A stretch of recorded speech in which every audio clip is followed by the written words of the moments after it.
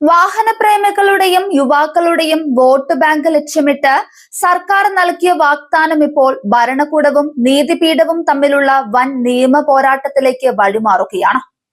സുരക്ഷാ മാനദണ്ഡങ്ങൾ കാറ്റിൽ പറത്തി വാഹനങ്ങളിൽ നടത്തുന്ന മാറ്റങ്ങൾക്കെതിരെ ഹൈക്കോടതി കടുത്ത നിലപാട് സ്വീകരിക്കുമ്പോഴും പ്രകടന പത്രികയിലെ ഉറപ്പിൽ തന്നെ തൂങ്ങി നിൽക്കുകയാണ് സംസ്ഥാന സർക്കാർ. നിയമപരമായി ഹൈക്കോടതിയുടെ എതിർപ്പില്ലാതെ നടപ്പിലാക്കാൻ സാധിക്കുന്ന ചെറു മോഡിഫിക്കേഷനുകളുടെ ഒരു പട്ടിക തയ്യാറാക്കുക എന്ന തന്ത്രപരമായ നീക്കത്തിലാണ് മോട്ടോർ വാഹന വകുപ്പ് ഇപ്പോൾ.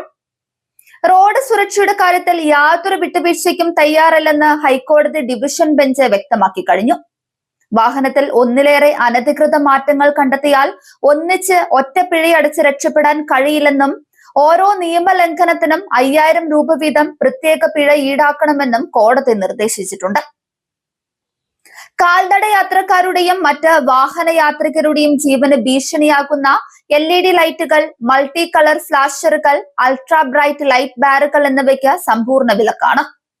ബോഡിക്ക് പുറത്തേക്ക് തള്ളി നിൽക്കുന്ന വൈറ്റ് ടയറുകൾക്കും സൈലൻസറുകളിൽ നിന്ന് അമിത ശബ്ദവും തീയും ഉണ്ടാക്കുന്ന ആഫ്റ്റർ മാർക്കറ്റ് എക്സോസ്റ്റ് സംവിധാനങ്ങൾക്കുമെതിരെ നടപടി കർശനമാക്കാൻ പോലീസിനും MVDക്കും കർശന മുന്നറിയിപ്പ് നൽകിയിട്ടുണ്ട്.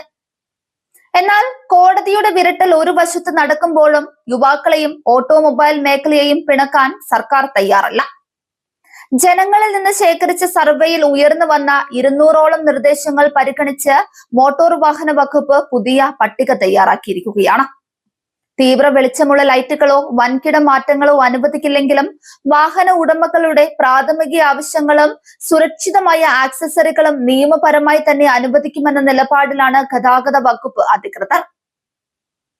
സെപ്റ്റംബർ ആദ്യവാരം ഗതാഗത കമ്മീഷണറുടെ നേതൃത്വത്തിലുള്ള വിദഗ്ധ സമിതി ഇത് സംബന്ധിച്ച റിപ്പോർട്ട് ഗതാഗത മന്ത്രിക്ക് കൈമാറും. കേന്ദ്ര മോട്ടോർ വാഹന നിയമത്തിലെ 52ാം വകുപ്പ് പ്രകാരം വാഹനത്തിന്റെ അടിസ്ഥാന നിർമ്മിതിയിൽ മാറ്റം വരുത്തുന്നത് കുറ്റകരമാണ്. സുപ്രീം കോടതിയുടെ മുൻ ഉത്തരവുകളും ഇതിന് അനുകൂലമാണ്. എന്നാൽ ആയിരക്കണക്കിന് യുവാക്കൾ തൊഴിലെടുക്കുന്ന ആഫ്റ്റർ മാർക്കറ്റ് ഓട്ടോമൊബൈൽ വ്യവസായത്തെയും വാഹനം സ്വന്തം ഇഷ്ടാനുസരണം അലങ്കരിക്കാനുള്ള പൗരന്മാരുടെ ആഗ്രഹത്തെയും പൂർണ്ണമായും തടയുന്നത് രാഷ്ട്രീയ തിരിച്ചടിയാകുമെന്ന ആശങ്ക സർക്കാരിനുണ്ട്. കോടതി ഉത്തരവ് നടപ്പാക്കേണ്ട MVD ഇപ്പോൾ സർക്കാരിന്റെ രാഷ്ട്രീയ വാഗ്ദാനത്തിനും നീതിപീഠത്തിന്റെ കർശന നിലപാടിനും ഇടയിൽ കത്രിക പൂട്ടിലായ അവസ്ഥയിലാണ്. സെപ്റ്റംബറിൽ സർക്കാർ പുറത്തുവിട്ട പുതിയ പട്ടികയെ ഹൈക്കോടതി എങ്ങനെ കാണുമെന്നതിനെ ആശ്രയിച്ചിരിക്കും കേരളത്തിലെ വാഹന മോഡിഫിക്കേഷൻ മേഖലയുടെ ഭാവി.